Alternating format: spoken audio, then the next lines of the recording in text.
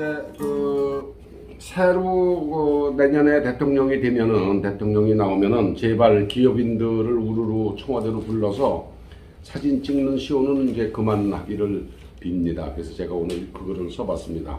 정치 후진국이라면 모를까? 대통령이 뭐길래 몇십만 명 직원과 머리를 싸매고 죽을 똥살똥 시장에서 살아남느라 몸이 몇 개라도 모자랄 기업인 개별사 CEO도 아닌 총수를 몇 명씩 불러 정말 별것도 아닌 어젠다를 놓고 사진 찍는데 동원하는지 한심합니다. 대통령이 아무렇지 않게 기업 총수를 오라가라 하는 이 현상을 어떻게 봐야 합니까? 대통령이 오라는데 거절하기는 쉽지 않습니다. 자칫 밉보이면 당장 국세청 경찰이 벌떼처럼 몰려오고 언론에 이름이 오르내릴 테니까 말입니다. 마음에 안 들어도 얼굴 빛이라면 마치 이준석이 당 사무총장에게 연습 문제 풀어와라 했던 것처럼 문제 해답도 준비를 해야 합니다. 얼마나 번거롭고 쓸데없고 귀찮은 일인지 청와대는 아마 모를 겁니다.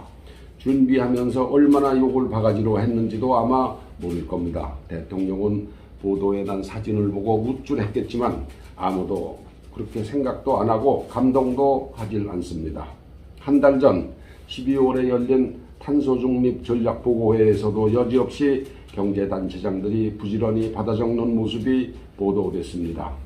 2050년까지 탄소 배출량을 제로로 하는 국가 목표를 1년 전에 발표했는데 그 1년 기념식을 하는 자리였습니다.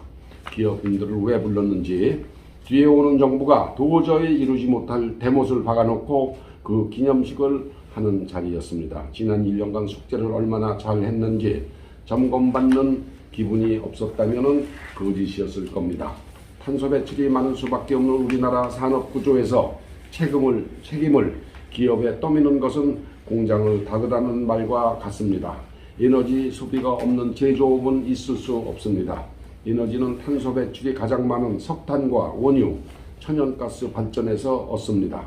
국가가 탄소 배출이 제로인 원자력 발전은 중단시키고 바람과 태양을 이용해서 발전을 한다는 엉터리 계획을 세우고 실적은 기업에게 내라고 독촉을 합니다. 스스로 말이 안 되는 것임을 잘 알고 있지만 인정을 할 수도 없는 딱한 사정일 겁니다. 왜? 머리 나쁜 고집통의 대통령이 위에 버티고 있기 때문입니다.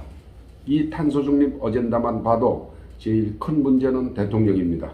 제일 큰 문제를 만들어낸 사람이 기업의 문제를 풀라고 하는 웃지 못할 장면이 이 청와대 보고회입니다. 전략은 이미 답이 나와 있습니다. 대통령의 결단입니다. 100% 깨끗한 원자력 발전으로 돌아가는 게 정답입니다. 대통령이 기업 총수를 불러서 지시하고 요구하는 짓이 옛 산업공상, 선비 농사 짓는 사람, 이렇게 대장간, 또 장사꾼 산업공상이라고 그러죠. 그런 망령에서 나온 곳이라면 그야말로 꿈을 깨야 합니다. 자유민주주의, 자유시장 경제의 주체는 시민과 기업입니다.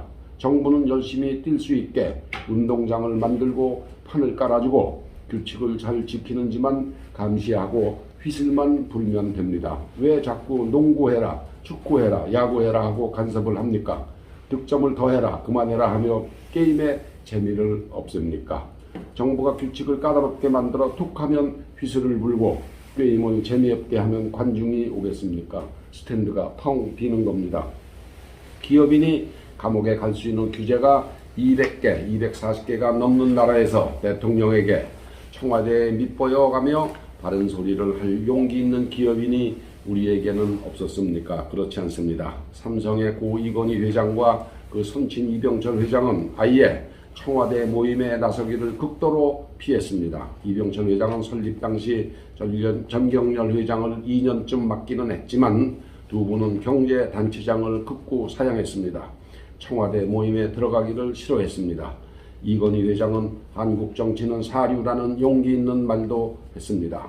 기업도 물론 문제가 있습니다. 개인적으로 쓸 돈도 있고 또 신분을 나타내는 주식 지분을 높이거나 유지하자니 비자금, ABC 할 때 비자금, 또 비밀자금, 또 비자금을 마련하다 약점에 벌미가 잡히기도 합니다. 털어서 먼지 안 나는 사람이 어디 있습니까? 그래도 그렇지 세계 어느 나라가 백악관, 엘리제궁, 다우닝 아니면 독일 총리가 툭하면 집무실로 기업인들을 불러들인다는 이야기를 들어본 적 있으십니까?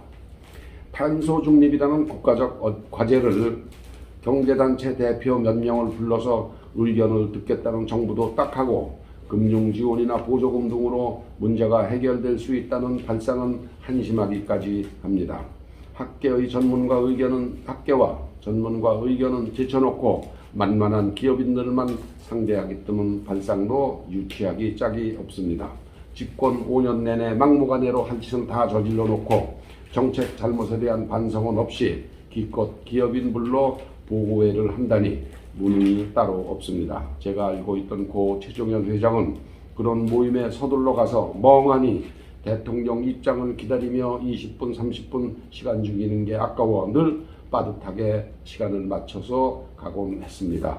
혹 지각을 해서 불이익을 당하는 그런 결례가 없을까, 그래서 회사가 불이익이라도 당하지 않을까 주위에서는 쓸데없는 걱정도 많이 했었습니다. 다 옛날 일이죠. 그래도 이분은 종이에 메모하는 사진은 찍히지 않았습니다. 노인네들이 무슨 받았을 게 무슨 일이 있습니까? 절대 그런 짓은 안 했습니다. 재벌이 대통령 말 받아 적는 나라는 아니라는 거죠. 3월 9일은 새 대통령을 뽑는 날입니다. 새 대통령은 자그마한 원탁에 같이 차 한 잔 놓고 다리를 꼬고 둘러앉아 편하게 담소를 할 수 있는 그런 사람이기를 간절히 바랍니다. 감사합니다.